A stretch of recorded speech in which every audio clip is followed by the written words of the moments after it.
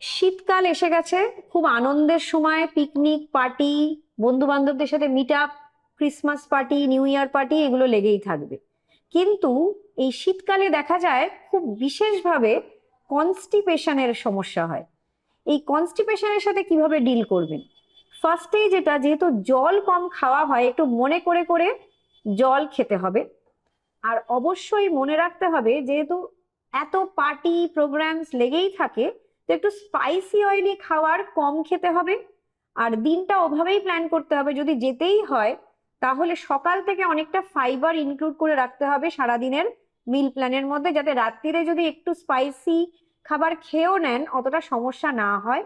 আর মনে করে করে জলটা খাবেন। রেগুলার এক্সারসাইজ বা একটু হাঁটা অন্তত করার চেষ্টা করবেন। আর মাটনটা অত বেশি খাবেন না। মাসে বা সপ্তাহে একবার অল্প পরিমাণে খাওয়া যেতে পারে, কিন্তু রেগুলার সেটা রাখবেন না। নেমন্তন্ন বাড়িতে হলেও কিছু কিছু ক্ষেত্রে হয়তো স্কিপ করতে হতে পারে যদি আপনার বিশেষভাবে কোষ্ঠকাঠিন্য সমস্যা থাকে। আর অবশ্যই ডায়েটে অল্প হলেও একটু ইসবগুলের ভুসি অ্যাড করতে পারেন, সেটা অতটা ক্ষতিকারক হবে না। তবে এর পরেও যদি সমস্যার সমাধান না হয় তাহলে ডাক্তারের পরামর্শ অবশ্যই নেবেন। ভালো থাকবেন।